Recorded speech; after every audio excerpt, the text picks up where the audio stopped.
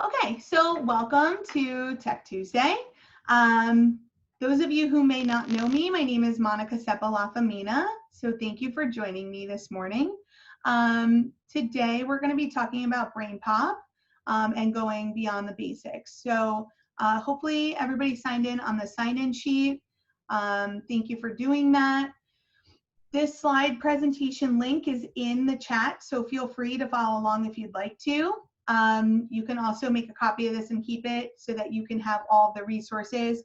This is a pretty long slide deck. There are 37 slides. I'm going to try to get through as much as I possibly can, but then we're going to jump into the platform and take a look at all the features I want to talk to you about today so you can know exactly what we're doing, okay? You know, with Tech Academy, here's our tech team, all of our program managers. A little bit about me. I teach at School 29. I teach third grade. I've been teaching for 10 years. I'll be starting my 11th year in September. You know, on this slide, I have all of my connections. So if you want to connect with me or contact me, please do so. I have my Twitter handle here, my Google site.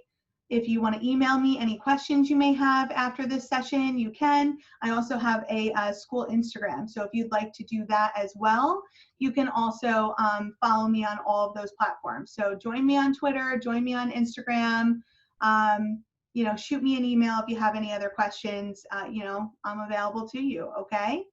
So today we're going to talk a little bit about BrainPOP. We're going to go beyond the basics. Everybody thinks BrainPOP is just a movie and a quiz. We're going to talk about all the other features and things that you can do with BrainPOP in regards to remote learning. BrainPOP was one of the biggest platforms that I used while we were teaching remotely in the spring, and I highly recommend it, putting it in a part of your schedule or your programming for next year. So BrainPOP, we know, is just a educational website that has over 1,000 short movies. It's geared for grades K through 12. There's quizzes, there's related materials. Any subject can use BrainPOP, really. Joining the Google Classroom. So those of you who may not have joined the Google Classroom yet, please do so. I'm going to just give you a quick rundown of exactly what is inside of the Google Classroom. So when you pop in on the stream, it'll give you a bunch of information, but on the classwork tab, I have the slide deck to this presentation. I have the Tech Tuesdays website. So if you have any other information or want to get information from other sessions, you can do that. There are digital resources here for you, a bunch of handouts. You have your extended features resource page, which is something I created in the spring. For different articles and links for different features that BrainPOP offers. There are educators tabs, you have screencasted overviews, and then a ton of video tutorials. So those of you on, on YouTube or who use YouTube, please subscribe to the BrainPOP channel, because BrainPOP comes out every couple of weeks or months with a brand new feature that's overviewed. It also shows the student view. It gives you assessments. It'll track student activity, setting up classes, gives you a lot of information. So I took the time and got all those videos that I thought were probably the most effective for you and popped them in the Google Classroom. So please join the Google Classroom so that you have all the access to these resources, okay? So let's get started and let's take a look at the slide deck first. So BrainPOP, we know the content. There's a ton of topics. There's topics on the junior site. There's also an ELL component if it's included in your subscription with your schools. There are over 160 games, so those of you who may not have dabbled into the Game Up feature, you can use assessment with games. There are a ton of support resources, and we know the quizzes are probably the main feature of BrainPOP, the movie and the quiz, but there are other features that we're going to go through. When you go through your BrainPOP and you're logging in as a student or even as a teacher at this point, when you're going to be assigning your content, this is what you see. We see the movie, we see the options that go along with the movie for BrainPOP. This is for BrainPOP. BrainPOP Junior has different features, and we can go through those as well. But for BrainPOP is usually for grades like 3 and above. BrainPOP Junior would be more for K through 3, okay? But we'll be exploring a little bit of both today. But you have your movie, your quiz, challenge, make a map, make a movie, creative coding, game up, simulation, related readings, activities, and primary sources. What I love about BrainPOP is that they're broken into 3 different levels. They're broken into their create, their play, and their discover, which really correlates very nicely with Bloom's taxonomy, which is what their processing is. So, you know, you're discovering with your movie, your related readings, or your primary sources. You're playing, you're getting your simulation, your challenges, the game up, any activities that are incorporated within so, and then you're going to go ahead and create, which is more towards the top of your top of Bloom's taxonomy pyramid. You're making your map, you're making your movie, your creative coding. Those are your creations, and you can see how it correlates here within Bloom's taxonomy. Individual accounts is the best part of BrainPOP. Once you have your school's educator code, which usually is your computer liaison who has that, so you can access the computer or ask the computer liaison at your building for your school BrainPOP's educator code, because I'll show you that in a minute. You're going to need your code in order to create your own individual teacher account if you have not done so already, to then create your own student accounts, okay?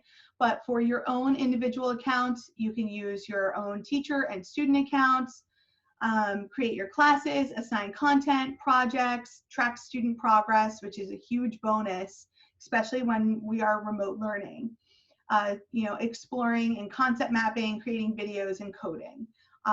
Really, BrainPOP has really stepped their game up a lot. So we're going to take a look at that as well.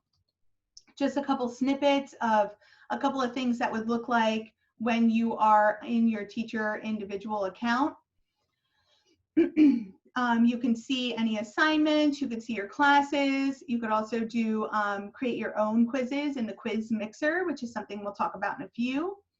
Individual accounts, students are able to submit activities and teachers are going to track progress. When students with individual accounts can submit activities, these are the different activities that, you know, we can use. In the regular BrainPOP, those were some of the things that we talked about earlier. In BrainPOP Junior, they still have the Make a Map feature, which is all about the concept mapping, which is a huge feature that I like to utilize a lot.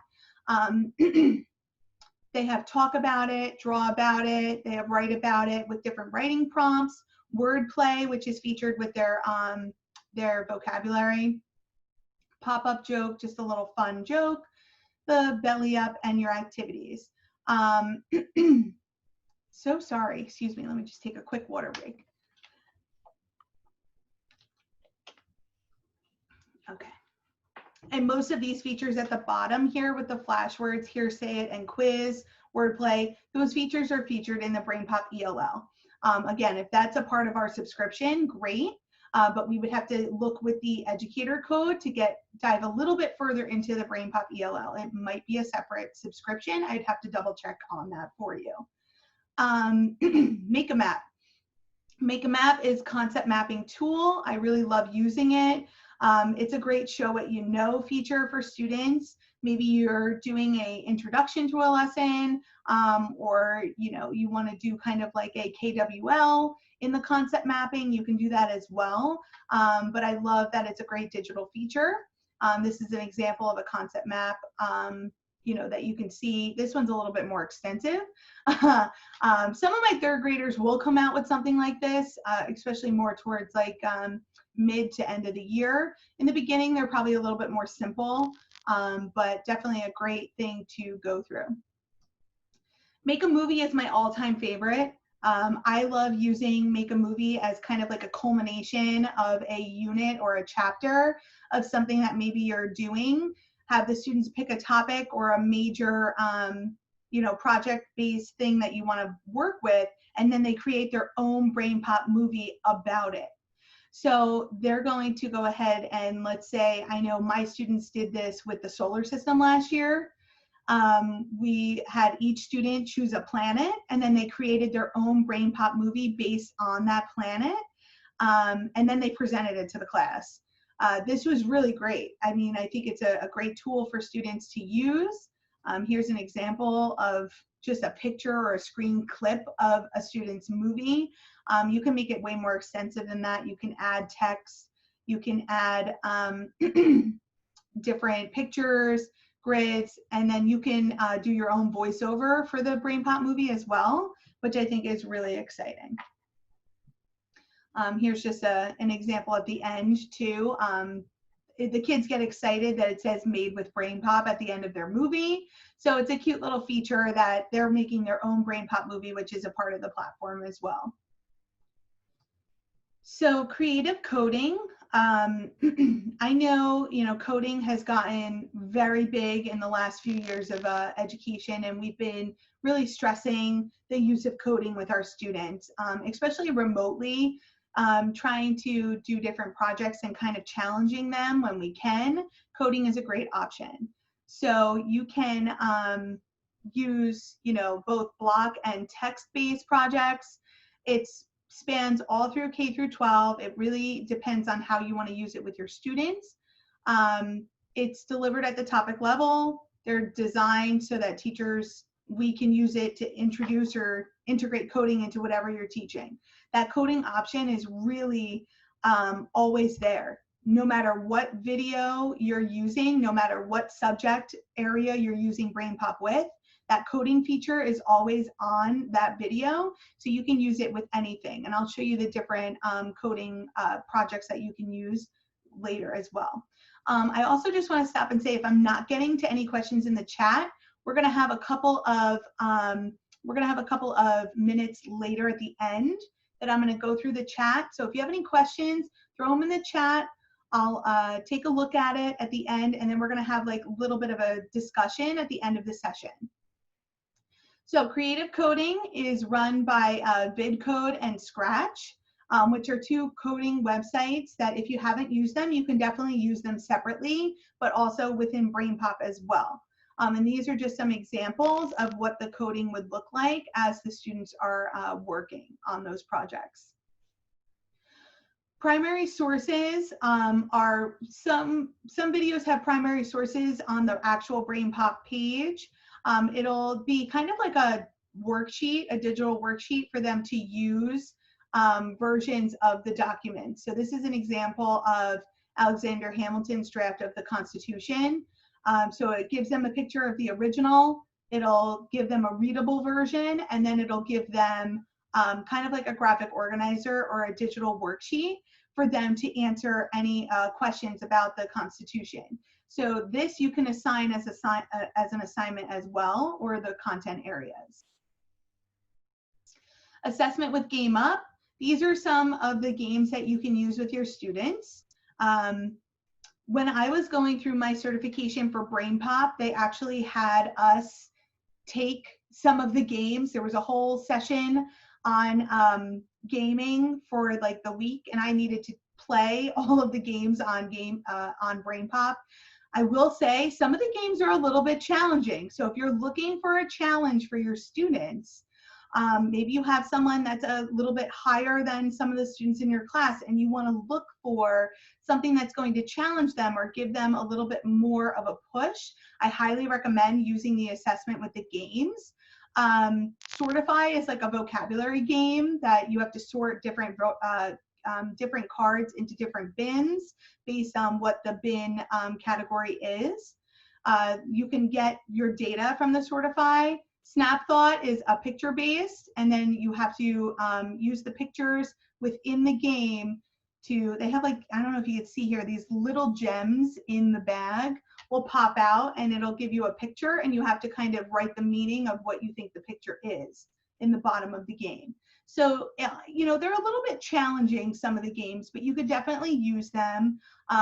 Most of the time, I haven't used the assessment with my students yet because I have the ESL section in my classroom.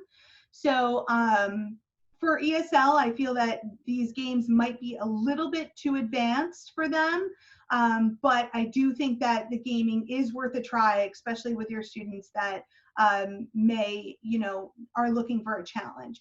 I did try the games with my students. Some of them did really great with them and enjoyed it, and some of them kind of wanted a little bit more help with them. So just wanted to give you an honest opinion and an honest rundown of exactly what is going on with the games. Challenge, there you go. I'm not really sure why it didn't go on to the next slide. It's a playful assessment activity. So it gives you the topics, and it makes the students kind of critically think in different interactive ways. So it's kind of a little bit different than the quiz, but you can use it in any way that you'd like. You can use it with concept mapping, the sequencing, Venn diagramming, multiple responses, and we'll talk a little bit more about challenge when we get into the platform. This is an example of what challenge looks like. So this is a similes and metaphors example. You can match each simile with its literal meaning. So you just click and drag, and then you would hit keep going. And as you keep going, the challenge will get harder. So based on if they get it right or if they get it wrong, the next level will either be easier if they got something wrong on the previous one, or it would get harder if they got everything right on the first page of the challenge. So Quiz Mixer, you can create your own quizzes if you want. I say, why reinvent the wheel if it's there for you? But if you want a more personalized experience for you, the Quiz Mixer is a great choice. You can take questions from pre-made BrainPOP quizzes and incorporate your own quiz questions as well in the Quiz Mixer, which I think is really great, depending on your students' ranges. So it's really up to you if you want to use the Quiz Mixer. I've used it from time to time, and it definitely is very user-friendly, and you can search for different topics that you're looking for or different videos, and it'll give you a bank of questions that you can use, or you can also create your own and make a combination. Here's an example of the Quiz Mixer. So you would click New Quiz. All of your created quizzes would be listed below. Again, you can search, and then it gives you like a filtering system when you're going to look at your quizzes. I'm sorry, my mouse is a little bit sensitive today. The Mixer quizzes, it'll show you all the ones that you created. And here's your example of creating your own question. You can write your own question. It could be multiple choice. It could be short answer, any answer type that you want. You can upload an image, which I think is really great. And then you can press add to quiz. If you don't want to create your own question, you click the search bar, and then you search for whatever topic that you may be working on with your quiz. So on the mobile web, you can get BrainPOP on anything. So this is something really important with remote learning. You can get BrainPOP on a computer, you can get it on a tablet, you can get it on a phone. In this slide deck, I actually put the features that are listed by device. So the regular BrainPOP.com, all of the features work on a desktop. The only thing that doesn't work on a tablet is the activity tab. The only thing that doesn't work on a phone, you can see the phone has limited features. Challenge, make a map, make a movie, and activity are not supported on a phone. So my best bet to tell your students if you're using it remotely with them is to either use like a computer or a tablet. I did have a student in the spring that for the first couple of weeks, she was working off of a phone. So it was, and then she had gotten a new Chromebook. So I just want everyone to be aware that there are features that you can still use with the phone as well. On BrainPOP Junior, everything works on a desktop. On the tablet, the mini games and the talk about it are not featured on there. And on a phone, again, the make a map is not going to be working. The mini games, talk about it, and the activities. So just so you know, it'll give you kind of like a little bit of a leeway so that when you are assigning, just be mindful of what devices your students may be using from home before you create your content or your assignment. Mobile apps, this is everything that you can get on a tablet or a phone. So you can get all of these different versions of BrainPOP if you are looking for it. And they're all on whatever tablet or device that you're using. They're all in these different stores. So I figured I'd list that there for you as well. BrainPOP Game Up, again, we talked about this a little bit earlier, 100+ games in the subject areas. Don't forget, there's also BrainPOP Espanol. I don't really use that, but if you see that that could be something that you might want to use, feel free. And BrainPOP ELL. Like I said before, I'm not 100% sure if the BrainPOP ELL is a part of our subscription. So when you get your educator code, you'll see on the bottom, and I'll show you in a minute, BrainPOP ELL on the bottom, and then you'll know that it's included in your subscription. If it is not there, that's not included in our subscription. It might be a separate subscription. So I just want to make that clear before we go on. BrainPOP 101, if you are looking to use these more features or different features with your students other than using movie and a quiz, please take the BrainPOP 101 class. It's only a little bit, maybe a couple of hours. You don't have to do it all in one sitting, but it's an introductory course for teachers. It gets you to get to know all of the BrainPOP features because it has you use all of them. So what a better way, before you use it with your students, use it yourself, so that this way when you go to assign anything or any content or assignments to your students, you know exactly what you're assigning before they're able to utilize it. You can try movies, assessments, and all the different creative tools yourself. I know a couple of the teachers in our school actually utilized this BrainPOP 101 at the end of the school year, and they said it was awesome. So I highly recommend BrainPOP 101, and it pops up right onto BrainPOP once you log in. So now we're going to dive into the platform. After we're done with the platform, we're going to take a look at some remote learning options that you can use, how you can use BrainPOP with it, and then I'll jump into any questions that you may have, okay? So when you're on brainpop.com, just so you know, it gives you the BrainPOP topic of the day. It'll give you your movie. When you scroll down, it gives you all of these new resources. BrainPOP just had a new upgrade as well, so that's why the logo looks a little different, because they just upgraded the whole website and platform. So now for grown-ups, news for BrainPOP. So there's free resources. This is supporting anti-racist education. We have K-8 pacing guides and lesson plans. Social emotional learning for all. This is a whole new section. So anybody that is looking for SEL components, it's all within BrainPOP as well, which I think is really great. Achievement, BrainPOP success stories. This is what I was talking about here. It'll show up on the bottom. I'm not even logged in yet, but just so you know, anything that's a little bit different, like the BrainPOP Junior, the BrainPOP ELL, it will be showing up here or at the drop-down menu at the top.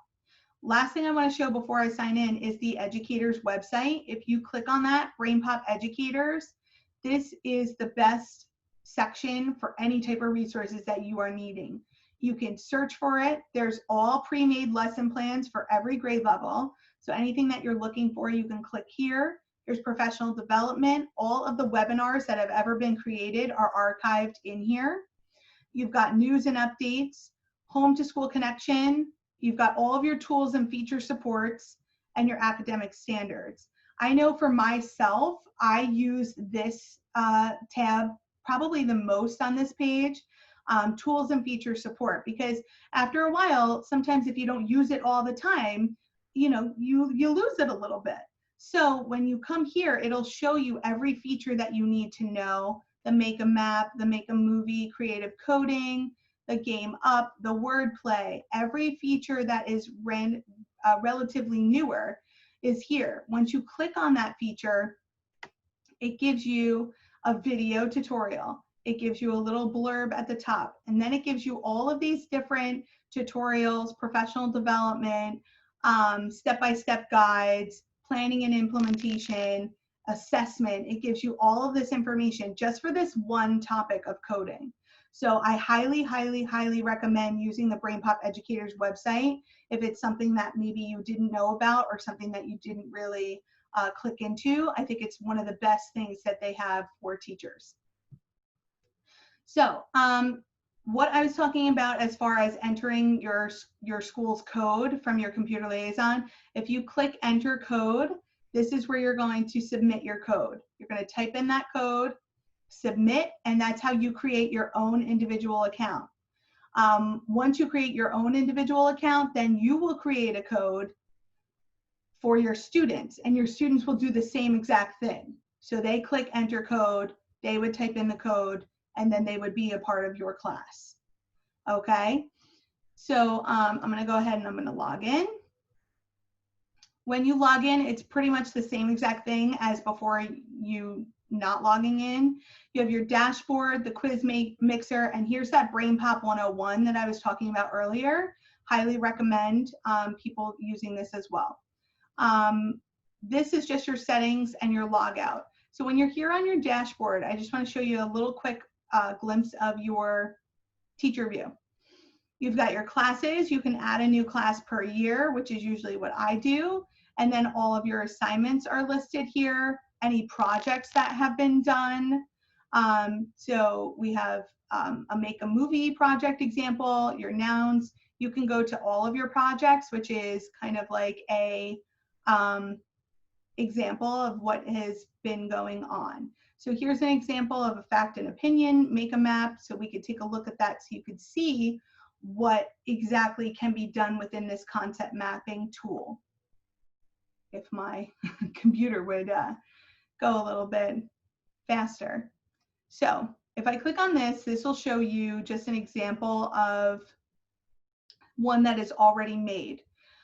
So when you're on this Make a Map page, usually when the students log in, they'll have a blank page and they can start from scratch, or you can give them a template. It's really up to your choice. I wanted to give you or show you an example of a finished one.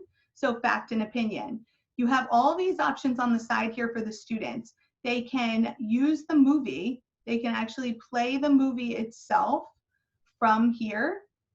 And if they want to use a snapshot from the movie, they can include that in their concept map as well. So let's say maybe we're here. I click the camera button. When I click the camera button, it creates a new node here with your part of the movie that you just clicked. You can put, you know, fact definition. And then you can see that this node is here. Maybe you want to branch off of that. This is where you're going to connect different nodes. So over here, you have either a blank one that you can add and click in. Well, let me type in it first. I'll just put fact for argument's sake. You can click and drag, and then once you have a different one here, connect your arrow so that they are connected. And it's very easy. So the students, when they're utilizing this, it's not something too difficult for them to kind of figure it out on your own. I usually do a demo first, and then the kids go ahead and try it out. And the more they use it, the more they love it. So this is a really great tool to use when you're doing comparisons, show what you know, anything that you want to kind of grab an assessment grade from. This is something that I definitely use. You can include pictures, so it'll list all of the pictures from the movie. You can click and drag them in and make it a part of your concept map. You can use keywords, so any vocabulary words or keywords that are featured in the video, you can include those in as well. Your blank nodes are here, and then if you click the more, you can use a template. So here are all the templates that you can, and when you're assigning this, you can assign a template as well, but they can use a template to start from. You can add notes to your map, so if you have anything that the students want to explain to you, they can type in here. You can print the map You can open other maps, so any other maps that have been created on your account, you can include those on there, or you can create a brand new one. So this is just a quick overview of Make a Map, because I want to go over a couple other features with you. So back again on the dashboard, one other thing I wanted to show is when you click into a class, it's going to list all of the different assignments. And then once you click in the assignment, you can view your students as well. So here's an example of one of the assignments. You can see the movie. It'll show you who completed it, who did not complete it. And then if you look at the coding game project, you can go ahead and look at the work, see who has not done it, who has completed it. Let's see, when I click on view work, it should show the coding game project. Mine might not be loading right now, unfortunately. Oh, here we go. And then this is what a finished product for your coding project would look like. So you have the option down here to enter a score if you wanted to, out of however many points you want. You can write a comment for feedback, and then you can submit it back to the student. At the end of the year, we used the coding projects kind of more of like a Fun Friday project because we were just starting to dabble into the coding in June. So it's just something I wanted to kind of show everybody that this is an option that you can use the coding projects and how you access any assignments that your students have submitted to you, so that this way you know how to grade it and how to submit back for that feedback. Okay, so now let's take a look at some of the features. So I'm going to go back to regular BrainPOP, and we're going to just use the movie for the day today, which is on caffeine. So when you're here, again, just like we talked about on the slide deck, all of your features that are offered for this video are listed here. So if you wanted to assign this content, you're going to click assign, and then you can add any of these components. You can click on a movie quiz, you can click on a mixed quiz, but you need to create your quiz first before doing so. Your Make a Map, your Make a Movie feature, the creative coding, related reading, worksheet, graphic organizer, vocab, and you can add a game. So let's talk about the games a minute. If I want to add a game, it'll show you any games that are kind of related to whatever video that you're working with. So there may be one game that's related to the video, there may be multiple games, or there may be no games. So if maybe you want to try like a more general word, which of course is not going to work for me right now, you can just type in a word and then it'll show any other games that relate to that topic. So sometimes you are lucky and you're able to add a game that correlates with your topic, or other times there may not be a game that works with your topic. So you can go ahead and you can add anything that you really feel that is a great project to do. Now, of course, I wouldn't really add like 6 different assignment branches off of this topic, but just for today's sake, I want to just show you a couple of things. So you click next, you title your assignment, and then it'll show you that you have the movie, you have the game, vocab, graphic organizer, the movie, and then the map. You click next. And then you have the choice to select a class. You have a choice also to differentiate. So maybe you just want to submit to one student or all your students. It's really up to you. You can create a due date if you want. You can schedule it at a later time. And then you also have the option if you want to create a new class from here, but I really don't recommend that. Click assign. You can either copy the assignment link and put that in your Google Classroom. You can view the assignment. So when you click view assignment, this is what the students would see. So when they log in, they would click on the assignment name, and then this is what they see. So as you go through, let's take a look at the movie project first. You click go. When, as a student, it's going to come up like this, that you're going to be creating your own movie. You could either start your movie with answering a letter or writing a new letter. So I'm going to just say answer a letter. It'll give you pre-made questions, or you can create your own question. For the sake of time, I'm going to just use this one. And then it kind of brings you to like this movie scene platform. When you're at the top, it gives you the different scenes of what your movie has so far. So the first time the first scene is your letter, which is how most BrainPOP movies start off with. Then your next scene is blank. So you can start dropping objects in here. What I think is wonderful is it's just like the concept mapping. It gives you any image from the movie itself that you can include in here. You can add any sound. You can use a computer voice, or you can record your own voice and do your own voiceovers.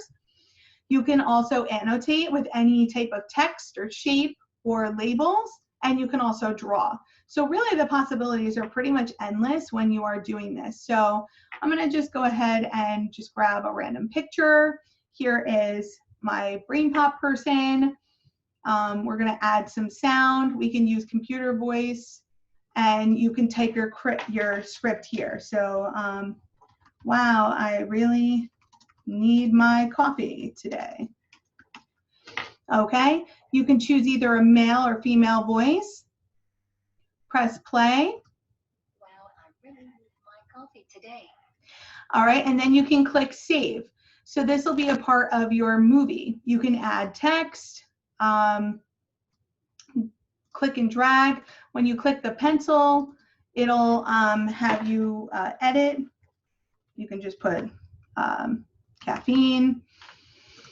And now when you are ready to, I'm gonna just move this over here. When you're ready to preview, you can click the preview button and it'll show you your movie as of right now. Okay. Now, wow, I really need my coffee today.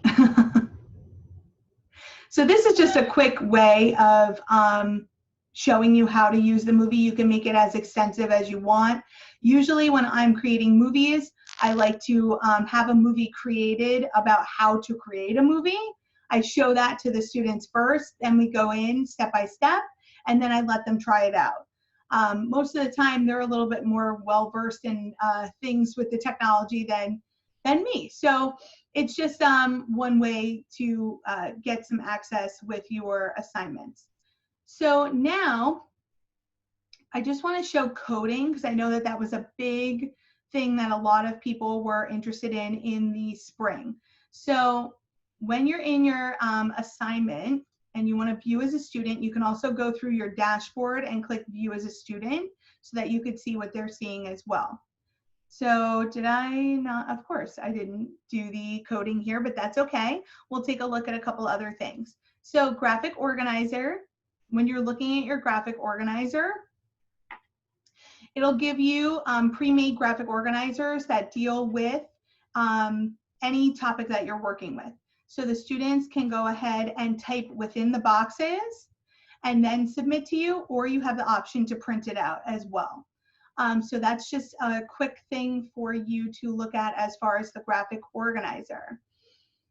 The quiz mixer, really quick as we go through. This is exactly how easy it is, just like I showed you in the slide deck. This is something that I created. Like I said, I don't really use the quiz mixer that often, but it really is a great tool if you'd like to use that. You click new quiz, you can go ahead and type your quiz name. You're going to build your quiz about nouns, create quiz. So then what you're going to go ahead and do is, like I said before, it'll give you pre-made videos that are here already. So you can go ahead and take questions from this, but you can also write your own questions. Once you're done, after adding all of your questions or anything that you'd like to add, you click finalize, and then your quiz will show up in your own quiz mixer list at the bottom. I want to go to creative coding so that you could see some of the projects that are here. So teaching with code, Right here at the top, once you click on the creative coding link, it'll give you educator resources. You can just click this, it'll bring you to the BrainPOP educators page where you're going to go ahead and take a look at any features that maybe you may not understand.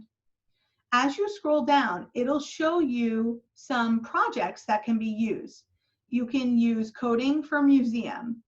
Okay, you're going to make a digital exhibit where the items tell a story.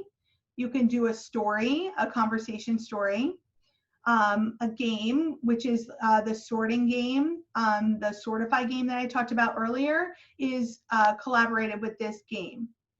You can create a flag to represent your topic, a comic strip, a newscast, and even a meme. So these projects are really super fun. I think the best way for you to do this before exploring with your students is to take that BrainPOP 101 course. You can also look at some examples, which we're going to take a look at really quick here. And each topic of projects has an example as well. So when you're going through, you can see all of the different things that have been created with the students' accounts. The meme, I have to say, is probably my favorite, as well as the story feature. I think it's really awesome how the students can create these projects.